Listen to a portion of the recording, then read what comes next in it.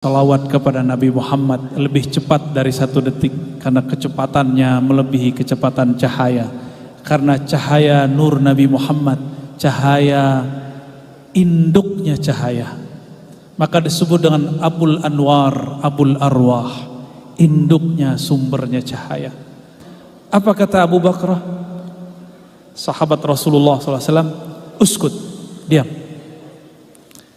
Fa inni sami'tu Rasulullah sallallahu alaihi wasallam yaqul, karena aku pernah mendengar Nabi sallallahu alaihi wasallam bersabda, man ahana sultanallah fil ard ahanahu Allah, rawahu Tirmidzi, hadisun hasanun gharib.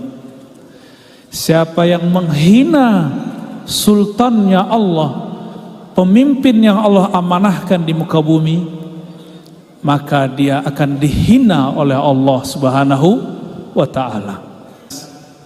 Man sallal ghadata fi jamaah, fil jamaah atau fil masjid, ya. Siapa yang salat subuh atau fajar di masjid atau berjamaah,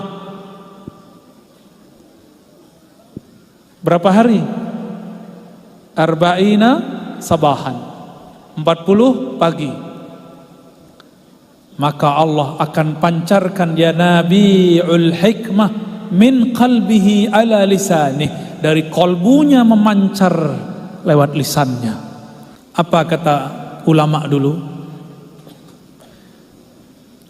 La tatruku babal umara, jangan pernah datang ke pintu-pintu penguasa. Gitu. Jika engkau melihat ahli hadis masuk ke rumah-rumah penguasa, maksudnya istana-istana, fattahimuhum, maka tuduhlah dia, hati-hatilah terhadapnya. Ingat, ini bukan hadis, ini perkataan ulama abad pertama dan kedua. Itu hasil dari orang Belanda.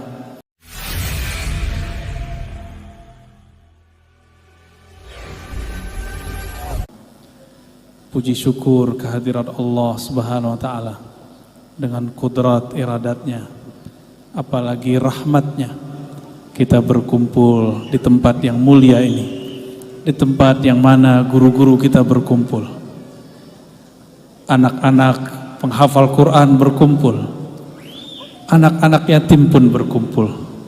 Nabi mengatakan, innama tunsaruna bidu'afaikum, kamu hanya dapat dibantu, innama lil hasr, hanya dapat dibantu, bidu'afaikum, dengan bantuan doa orang-orang yang dianggap lemah di antara kalian. Ya. Maka anak-anak yatim itu jimat kita, Bapak Ibu.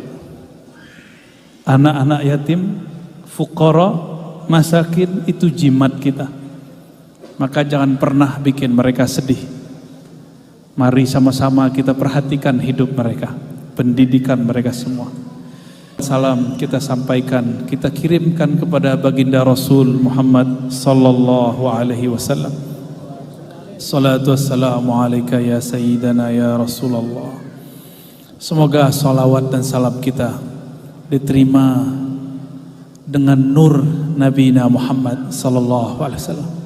Itu matahari baru sampai 8 menit, bulan juga beberapa menit baru sampai ke bumi. Jadi cahaya matahari menyembur sampai di bumi 8 menit setelah dia menyembur. Tapi salawat kepada Nabi Muhammad lebih cepat dari 1 detik karena kecepatannya melebihi kecepatan cahaya. Karena cahaya nur Nabi Muhammad, cahaya induknya cahaya, maka disebut dengan Abul Anwar, Abul Arwah, induknya sumbernya cahaya.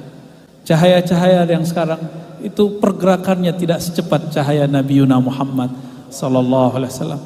Cobalah berangkat ke tanah suci, pakai pesawat pun sekian jam, tapi selawat baca sekarang sebelum detik itu habis, Allah telah sampaikan kepada beliau sallallahu alaihi wasallam. Ya. Maka kita sampaikan salam rindu kepadanya. Assalatu wassalamu alaika ya abar ruh, ya abana, ya Rasulullah. Mohon izin Gurunda Usfia Rusdi, mata Allahu fi hayatikum. Semoga Allah memberikan keberkahan dalam setiap nafasnya.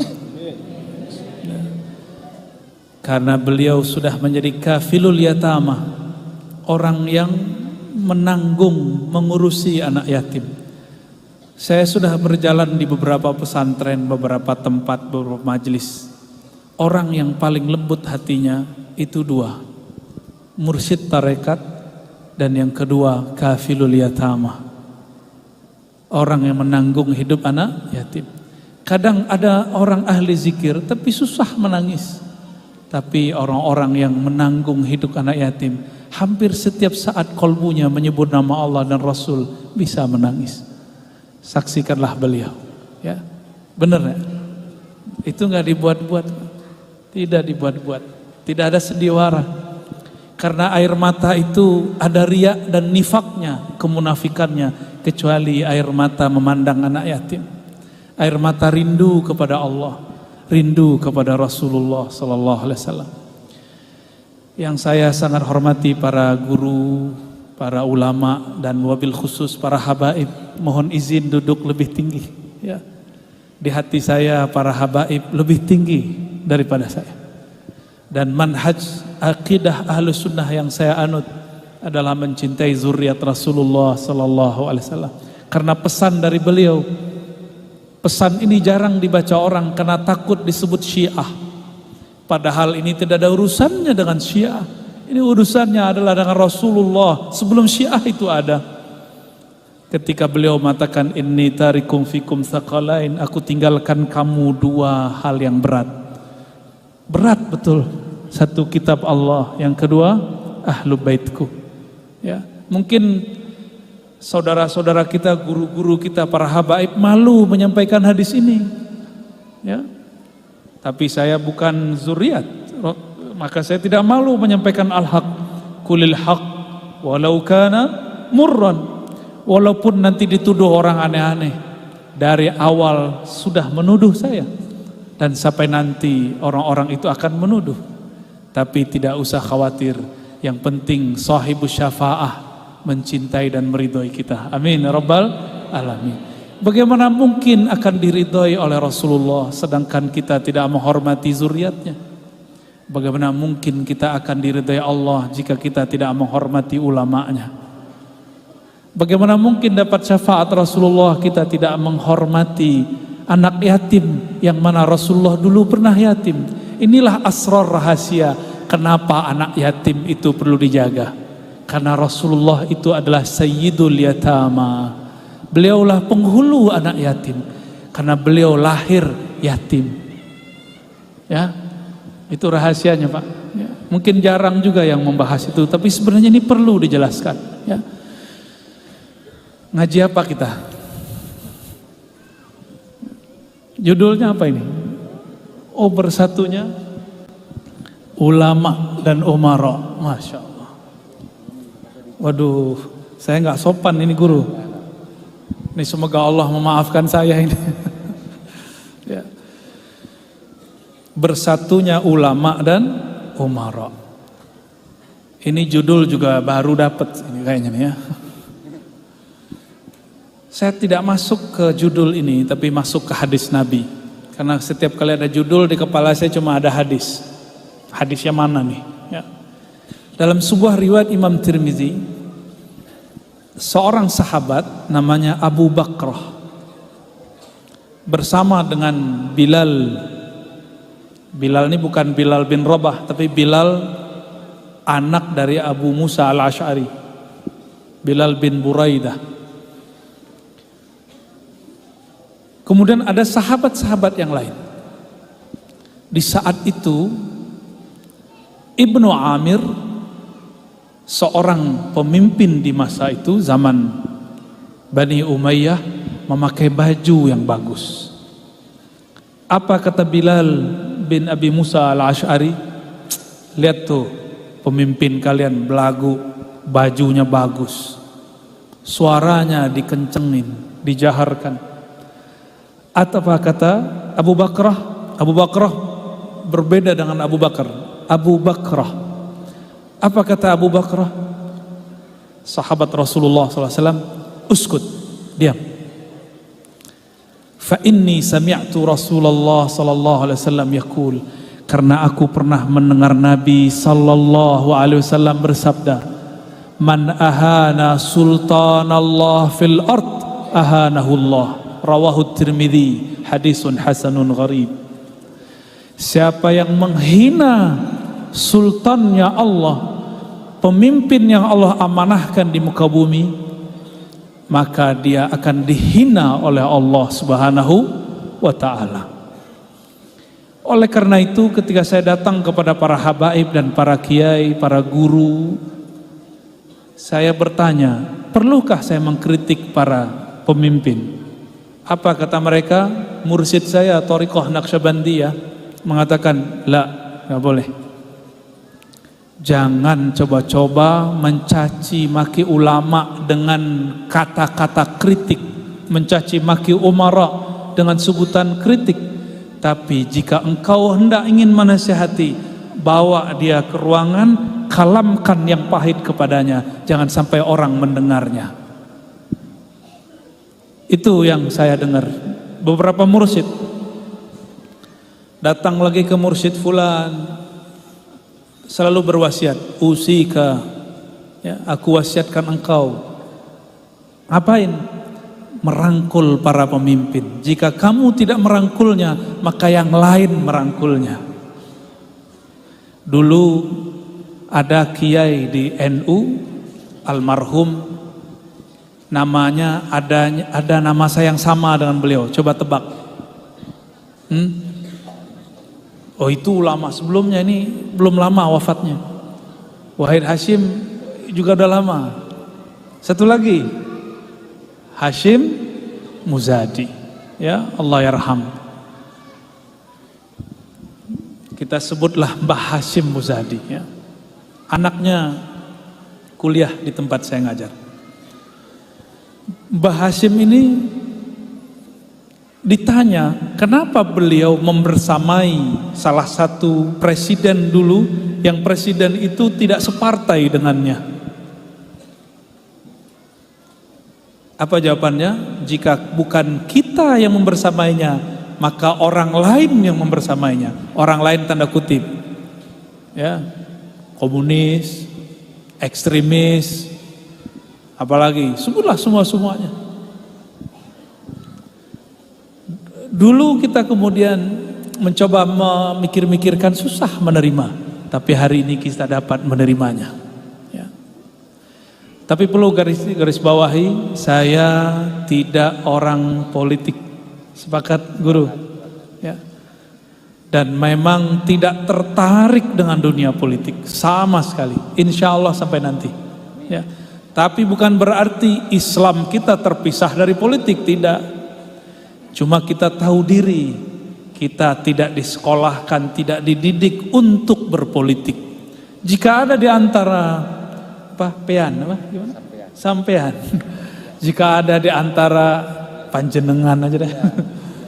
Di antara bapak ibu ini memang punya basic, dididik secara leadership oleh orang-orang terdahulu, oleh komunitasnya, silakan.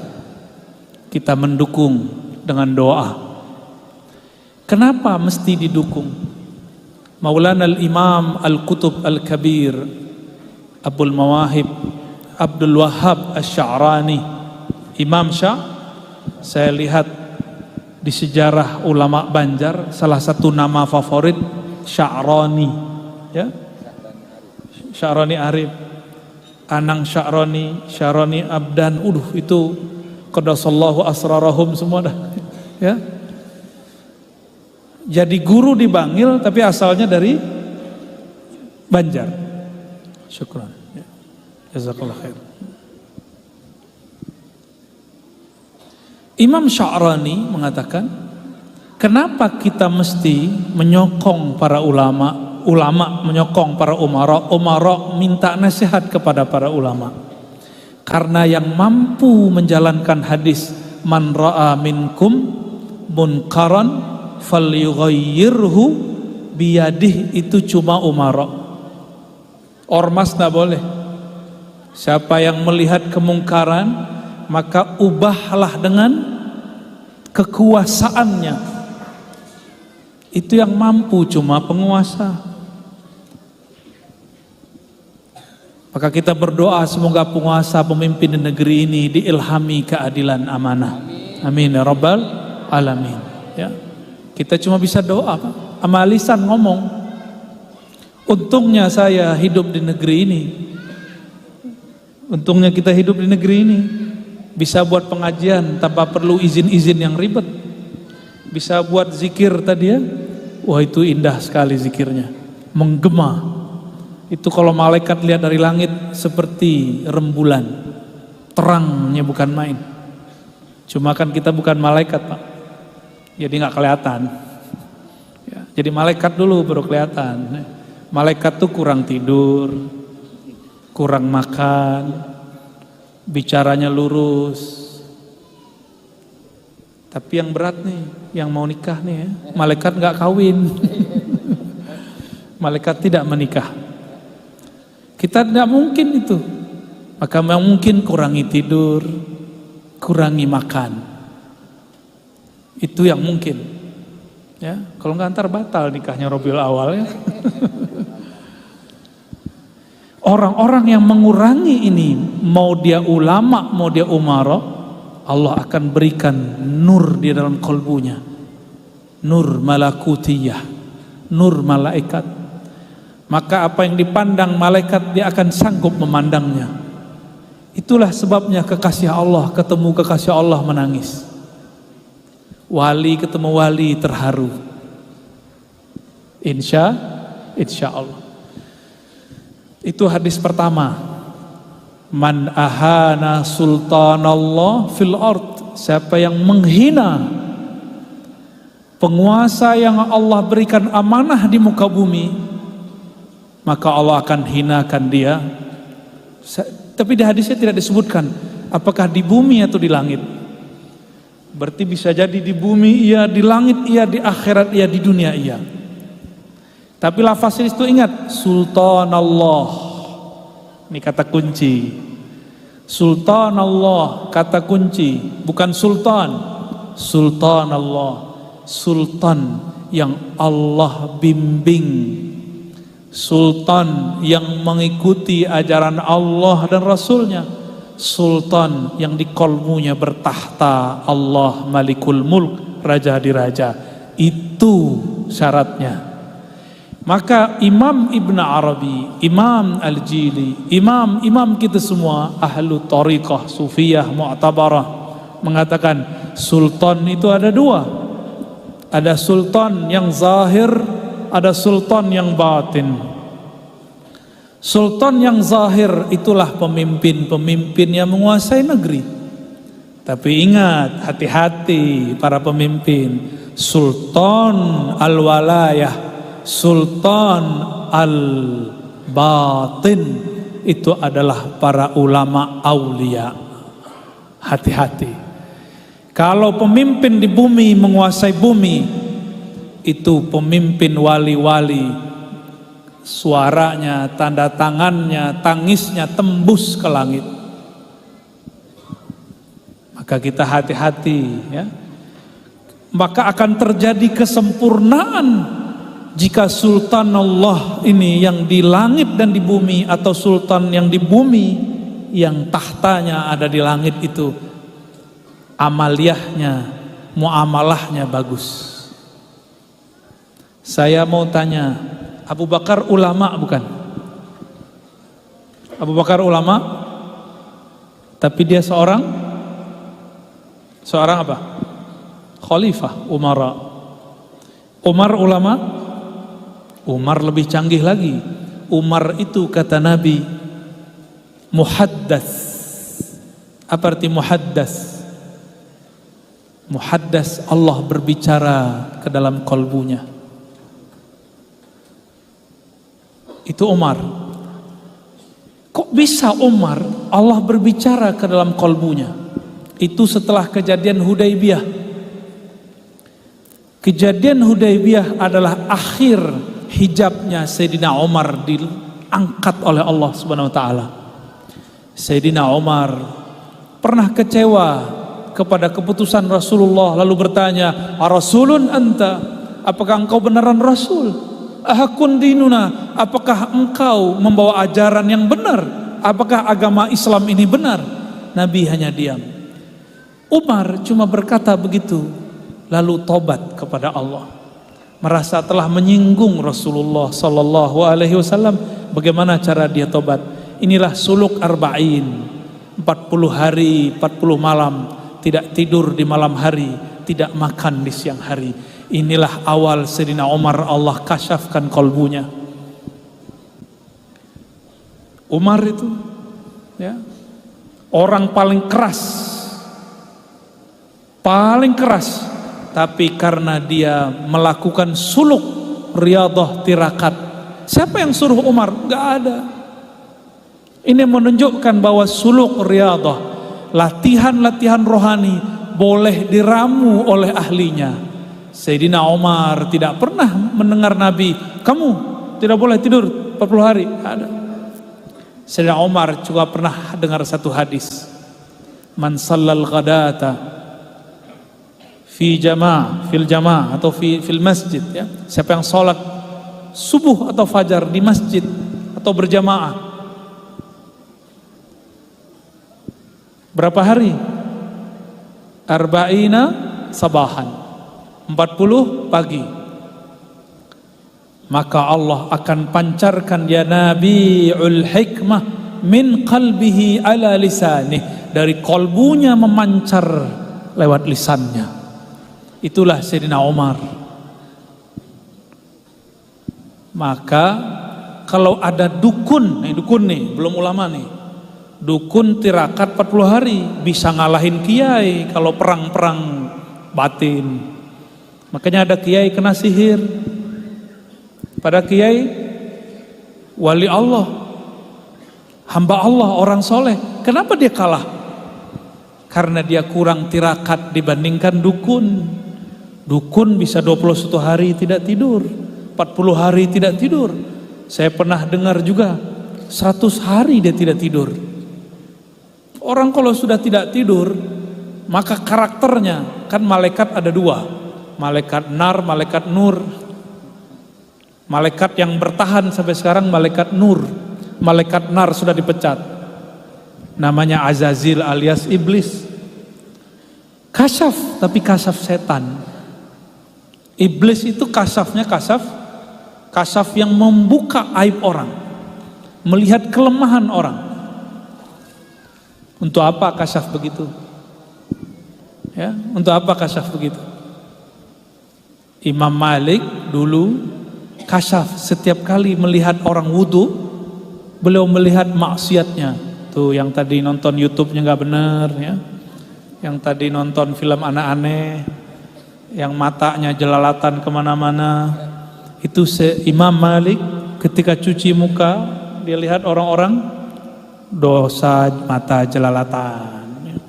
Yang tangannya nakal, sekarang nakal itu bukan megang orang, ngetik. Ya. Oleh Imam Malik terlihat. Lalu beliau berdoa, "Ya Rabb, jika ini yang aku lihat, ini pasti dari syaitan, tolong diambil." Tuh Imam Malik gak seneng makasyaf. Kalau kita seneng ya, seneng ya baca isi hati orang. Repot Pak, baca status WA orangnya repot. Baca status Facebook itu bikin gelisah. Gimana baca status kolbu orang? Lebih ribet ya, lebih berbahaya.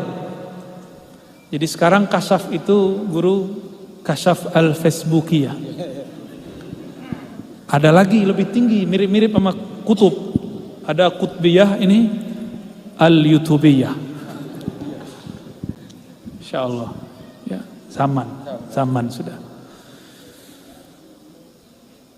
Itu imam kita loh nggak mau.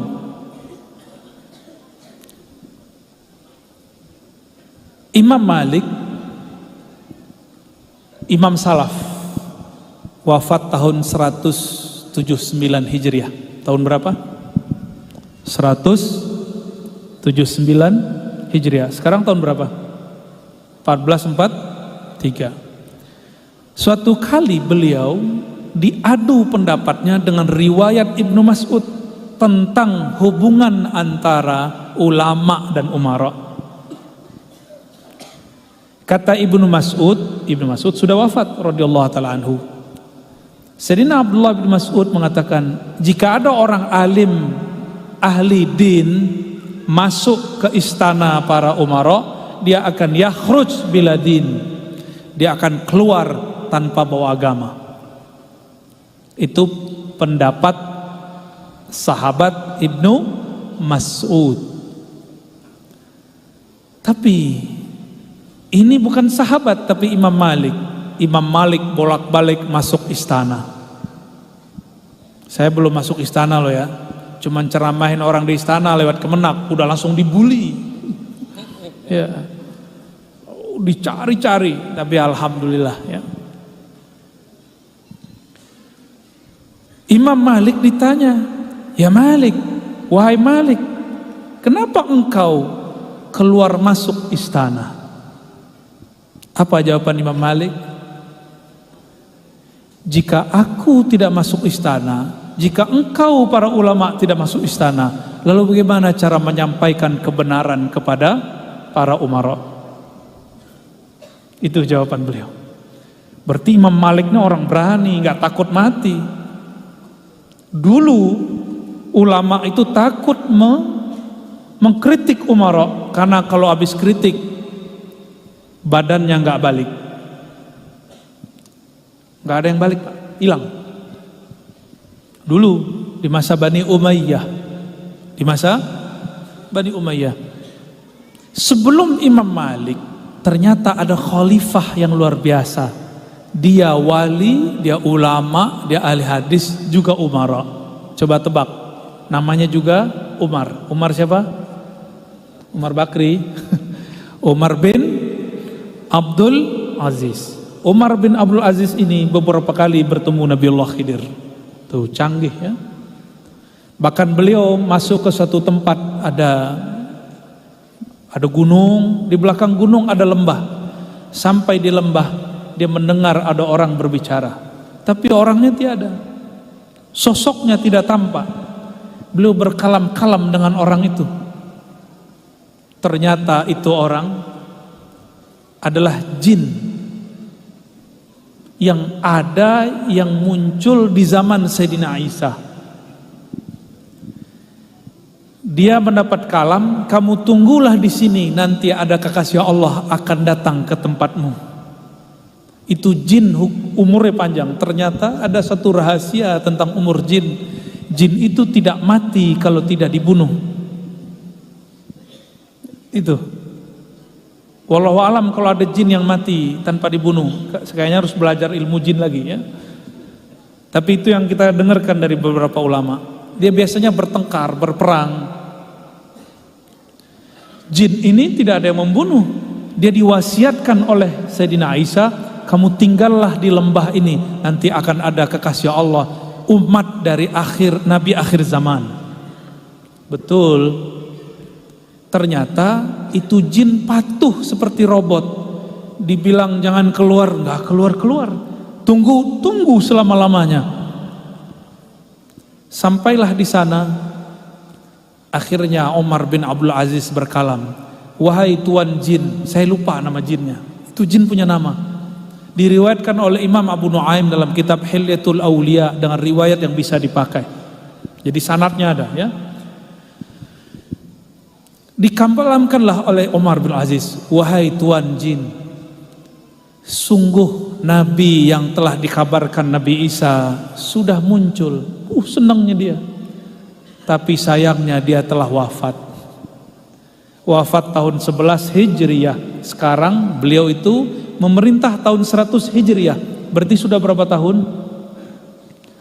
Nabi wafat tahun 11. Umar bin Abdul Aziz memerintah tahun 100. Berapa tahun? 89 tahun.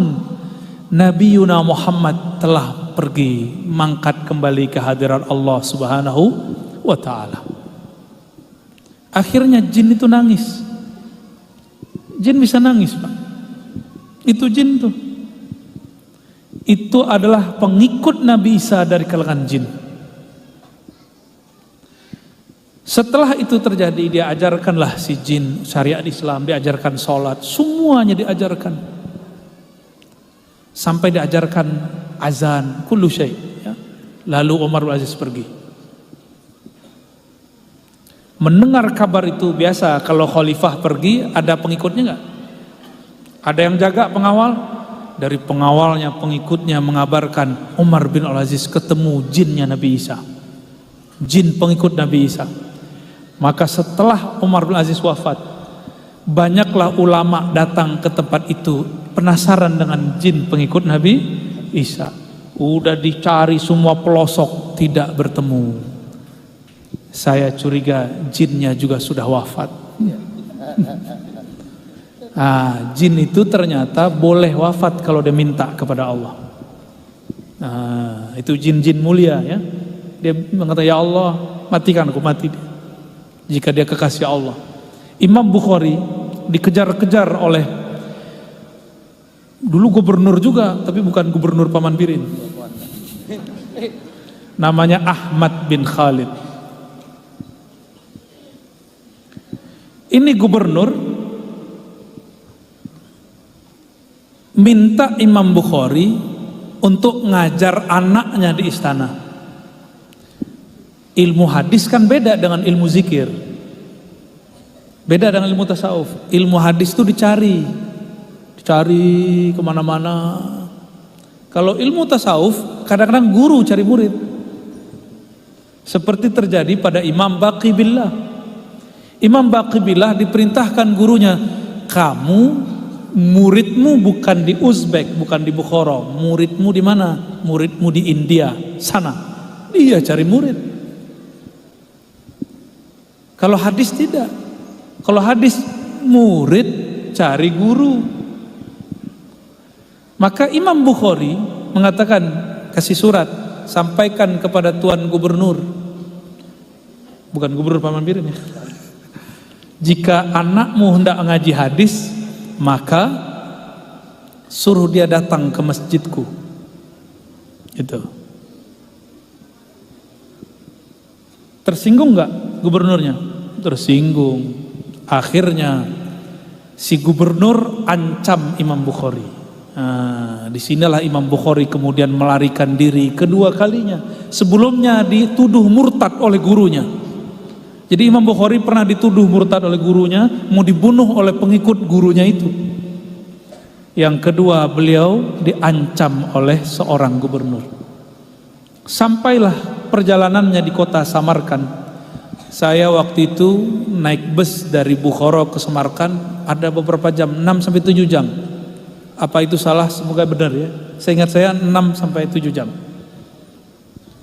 Sampai di kota Bukhara, bayangkan itu pakai onta, mungkin sehari semalam lebih, bisa jadi 2 hari 3 hari.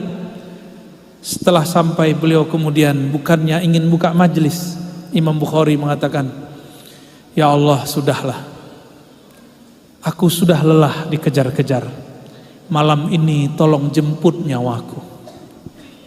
Meninggal dia malam itu. Nih, kalau wali Allah boleh minta mati, Pak. Kalau belum jadi wali jangan minta mati ya. Ya, ada yang belum wali kan? Orang-orang kayak kita ini kan belum jelas, Pak. Jangan coba-coba minta mati. Ya. Itu cerita kisah hakiki yang terjadi di zaman-zaman sebelumnya. Tapi ingat bahwa itu terjadi di abad pertama Islam dan kedua.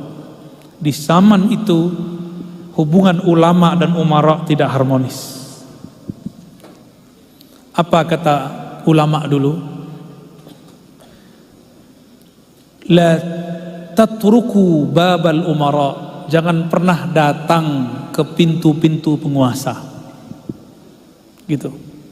Jika engkau melihat ahli hadis masuk ke rumah-rumah penguasa, maksudnya istana-istana, fattahimuhum, maka tuduhlah dia, hati-hatilah terhadapnya. Ingat, ini bukan hadis, ini perkataan ulama abad pertama dan kedua. Ternyata di abad kedua, di ujung abad kedua, Imam Malik tidak mengikuti kalam itu. Beliau kemudian datang ke istana-istana, ke rumah-rumah para pemimpin. Berarti ulama salaf berbeda manhaj mengenai sikap hubungan antara ulama dan umara. Beda cara. Gak usah jauh-jauh. Negeri Banjar, ulama yang sampai sekarang harum namanya, dan Imam Ibnu Athaillah mengatakan tiadalah seorang dikenal wali kecuali izin Allah mengatakan bahwa dia benar-benar wali. Itu terjemahan bebasnya, ya. Jadi kalau ada orang dimasyhurkan sebagai wali, memang sudah izin dari Allah Subhanahu wa taala. Dan adakah yang syak mengenai kewalian Datuk Kalampayan? Ada enggak? Beliau sejarah hidupnya besar di istana. Benar. Besarnya di istana. Belajar Quran di istana. Tuh udah beda lagi dengan Imam Bukhari itu. Kemudian beliau yang nama kecilnya Sayyid Ja'far. Sayyid Ja'far ini dibeasiswakan belajar nyantri di Makkah. Benar. Siapa yang kemudian membiayai? Kerajaan, kesultanan. Pulang-pulang jadi ulama, jadi wali, jadi ulama. Makom kewaliannya kemarin kita sudah baca malam tadi, ya, kitab Kanzul Ma'rifah. Kita baru baca 2/3 guru, ya. Alhamdulillah, tabarukan, ya. Bukan mengajarkan tapi sekedar membedah, ya. Berarti sejarah negeri ini, hubungan umara dan ulamanya baik. Sebelum ini di Aceh ada Samudra Pasai, ada kerajaan Aceh, macam-macamnya, sampai kita lupa namanya. Setiap raja ada Syekhul Islam sebagai mufti dan penasihatnya. Selalu ada. Berarti negeri ini dulu dibangun dengan kemesraan ulama dan umara, ya. Tapi boleh nggak ulama beda umara? Boleh nggak? Boleh. Tapi kayaknya bukan guru. Saya punya mursyid Thariqah Samaniyah, dulu pengkritik di zaman Soeharto. Khutbah siang hari, malam hari dijemput tentara. Tapi si tentara jadi muridnya. Jadi cuma 2 jam 3 jam pulang, diantar pulang, cium tangan. Ulama pemberani. Lalu kita datang kepada salah seorang guru kita. Guru kita mengatakan, ulama mesti melangkul umara. Ternyata ini diambil dari kalam Imam Malik. Tapi kalau beda coblosan boleh nggak? Boleh nggak? Saya mau tanya, di zaman Nabi ada nggak orang nyoblos? Nggak ada. Berarti ini tidak diatur oleh agama kan? Ya. Kenapa sekarang ada orang menganggap beda coblosan beda iman? Ini akan terjadi lagi, dan saya takut 2024 ini tambah parah. Maka saya berharap para habaib, para ulama, mohon umatnya didewasakan, dikuliahkan bab ahlus sunnah wal jamaah mengenai tentang siyasah. Apa kata Imam Al-Juwaini dalam kitab Al-Ghiyasi? Jika dalam bab ibadah, bahkan dalam bab akidah ada mazhab berbeda-beda, apalagi dalam bab muamalat. Jika dalam bab muamalat orang berbeda-beda, apalagi dalam bab imarat, bab siyasah. Lalu kapan muncul orang-orang yang kemudian menganggap beda politik, beda iman? Itu terjadi setelah Sayyidina Ali mengalah dari Sayyidina Muawiyah. Orang yang tadinya simpatisan Sayyidina Ali, ingat-ingat, nih hati-hati nih para pemimpin, para guru, para ustadz. Orang yang senang sama kita sekarang belum tentu senang sama kita selamanya. Dulu puja-puja Sayyidina Ali karamallahu wajha. Ketika Sayyidina Ali ngalah, apa kata kelompok ini? Ali berhukum bukan dengan hukum Allah, fahuwa kafir. Ali dikafirkan oleh simpatisannya. Sekarang terjadi. Ya. Semoga ini tidak tambah parah, ya. Amin ya rabbal alamin. Kembali ke hadis tadi. Man ahana sultanallah fil ard ahanahullah. Siapa yang menghina sultan yang Allah beri amanah di muka bumi, Allah akan hina dia. Ternyata ada dua sultan, ada sultan zahir, ada sultan batin. Apa yang menghubungkan mereka? Yang menghubungkan mereka adalah hubungan mereka dengan Allah. Hubungan mereka dengan Allah. Makanya kalimatnya jelas, innamal mu'minuna ikhwah. Sesungguhnya orang-orang yang percaya itu bersaudara. Masa kita cuma beda politik kemudian berbeda? Dan ada satu hal yang penting saya sampaikan. Seorang ulama butuh tameng dalam dirinya supaya tidak menjilat kepada umara. Umara perlu tameng dalam dirinya supaya tidak menjadi pencitraan. Apa tameng itu? Itulah yang dikatakan dalam hadis qudsi, la ilaha illallahu hisni. Siapa yang melazimkan baca la ilaha illallah, dia telah mendapatkan bentengnya Allah Subhanahu wa ta'ala. Kita usut-usut ulama-ulama yang pemberani dari dulu, tidak takut kepada umara, seperti Izzuddin bin Abdi Salam. Ternyata sir di dalam kalbunya adalah zikir la ilaha illallah. Dalam hatinya ada makna, tiada yang berkuasa kecuali Allah, tiada yang abadi kuasanya kecuali Allah. Kalau presiden paling cuma 5 tahun, gubernur paling cuma 5 tahun, syukur-syukur terpilih 2 kali 10 tahun, tapi Allah tidak pernah berhenti kuasanya. Ini penghubung mereka. Itulah sebabnya kenapa umara yang di dalam hatinya ada nurullah, nur Muhammad Rasulullah SAW, juga tahu aku harus punya tameng ini karena kekuasaanku cuma 5 tahun tambah 5 tahun atau cuma berapa tahun. Ada yang sebelum 5 tahun sudah turun, ya benar. Jika dia beres kalimah la ilaha illallah di kalbunya, maka sang ulama wali Allah, sang umara pun wali Allah, baru sah disebut sultanullah. Sultannya Allah. Jadi pencirian sultan di kalbunya bertahta nama Allah Subhanahu wa ta'ala, bahwa yang sebenar-benar berkuasa dalam dirinya hanyalah Allah. Itu sultanullah. Bukan orang-orang yang gaya-gayaan pakai kopiah kayak saya, pakai serban. Belum tentu, ya. Itu casing, Pak, bisa. Ya. Benar para habaib, ya, para kiai. Bisa saja orang kafir kita serbanin, bisa kan?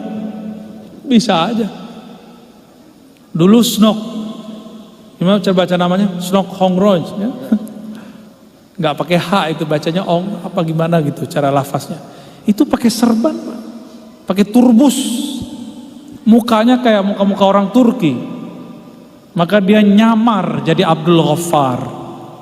Terbaca oleh Habib Usman Betawi. Ya, terbaca siasatnya. Dulu mereka punya misi, adulah sultan dengan umara, dengan ulama. Maka dulu coba lihat di banyak wilayah di negeri ini, kiai-kiai perang melawan raja. Di Padang, di kampung saya, kaum putih dengan kaum hitam. Saya usut-usut, kaum hitam itu siapa? Ternyata kaum hitam itu juga muslim. Mereka datuk-datuk. Datuk di sana itu raja-raja kecil lah. Tapi yang ditunculkan nyabung ayamnya. Padahal sesama muslim. Kita usut, itu hasil dari orang Belanda. Diadulah ulama tua dan ulama muda. Ulama tua berbaju hitam, ulama muda berbaju putih. Dulu begitu, Pak. Barangkali itu yang dapat saya sampaikan, ya. Semoga ini dapat mempererat hubungan sesama kita. Dan yang kedua, semoga kita menjadi orang yang dibebaskan dari api neraka. Berkah la ilaha illallah wa syafaati sayyidina Rasulillah sallallahu alaihi wasallam. Allahumma atiqna minan nar, Allahumma jirna minan nar, Allahumma jirna minan nar bihaqqi nabiyikal Mustafa Muhammad sallallahu alaihi wasallam. Doa Allahumma ya Ghaffar ya Ghafur, ya Allah yang Maha Pengampun, yang Maha Penyayang. Salli ala nabiyina Muhammad, sampaikan salawat kepada Nabi Muhammad sallallahu alaihi wasallam. Allahumma ya Nur, yang Maha memiliki cahaya, Maha sumber cahaya. Kalbu kami gelap dengan dosa ya Allah. Kalbu kami gelap karena jarang berzikir ya Allah. Kalbu kami gelap karena kami suka suudzon, berburuk sangka ya Allah. Kalbu kami gelap karena benci ya Allah. Kalbu kami gelap karena memikirkan selain ayat-ayat-Mu ya Allah. Kalbu kami gelap karena tidak ada nama-Mu ya Allah. Famla' qulubana ya Allah ya Nur binuri asma'ika. Maka ya Allah penuhilah kalbu kami dengan nama-nama-Mu, dengan cahaya-cahaya sifat-Mu. Allahumma amla' qulubana binuril yaqin. Ya Allah, di dalam kalbu kami ada syak, ada ragu yang berkepanjangan, ada was-was yang tidak berkesudahan. Maka dengan berkah nur-Mu ya Allah, berikan kami keyakinan dan matikan kami dalam husnul khatimah. Allahumma ya Allah, Allahumma ya Allah, urzuqnal ihsan. Ya Allah, anugerahi kami maqamat ihsan, maqam yang mana kami beribadah seakan memandang-Mu, jika tidak kami merasa dipandang oleh-Mu. Allahumma ya Allah, balligh salatana wa salamana ila sayyidina Rasulillah. Sampaikan salawat kami, salam kami kepada baginda Nabi Muhammad sallallahu alaihi wasallam. Allahumma salli ala sayyidina Muhammad. Sama-sama. Allahumma salli ala sayyidina Muhammad wa ala ali sayyidina Muhammad. Ya Allah, sampaikan salawat dari ruh kami kepada ruh Nabi Muhammad, salawat dari kalbu kami kepada kalbu Nabi Muhammad, dari jasad kami kepada jasad Nabi Muhammad. Allahumma salli ala Sayyidina Muhammadin al-Fatih lima ughliq wal khatim lima sabaq, nasiril haqqi bil haqqi wal hadi ila siratikal mustaqim wa ala alihi haqqa qadrihi wa miqdarihi al-azim. Allahumma salli ala Sayyidina Muhammad tibbil qulubi wa dawaiha wa afiyatil abdani wa shifaiha وقوت الأرواح وغذائها وعلى آله وصحبه وبارك وسلم. اللهم صل على سيدنا محمد النور الذاتي وسر الساري في جميع الأسماء والصفات والذات وعلى آله وصحبه وبارك وسلم. اللهم استجب دعواتنا بسر الصلاة على نبينا محمد صلى الله عليه وسلم. الحمد لله رب العالمين. الفاتحة.